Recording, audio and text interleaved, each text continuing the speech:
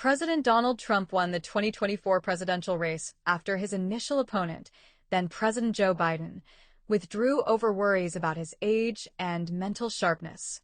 But a year-plus into Trump's four-year term, polls suggest the American people aren't just increasingly unhappy with his job performance, they're increasingly concerned about his mental capacity as well.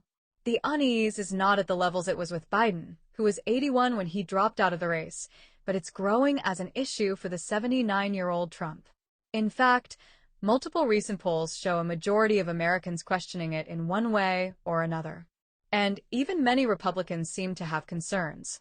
Perhaps the most striking poll came Tuesday, ahead of Trump's first State of the Union address of his second term, which beat his own record for the longest speech to Congress.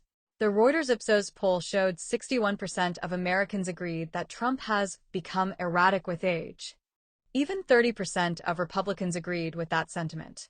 The survey harks back to some surveys in Trump's first term, when many Americans grew to question his mental acuity.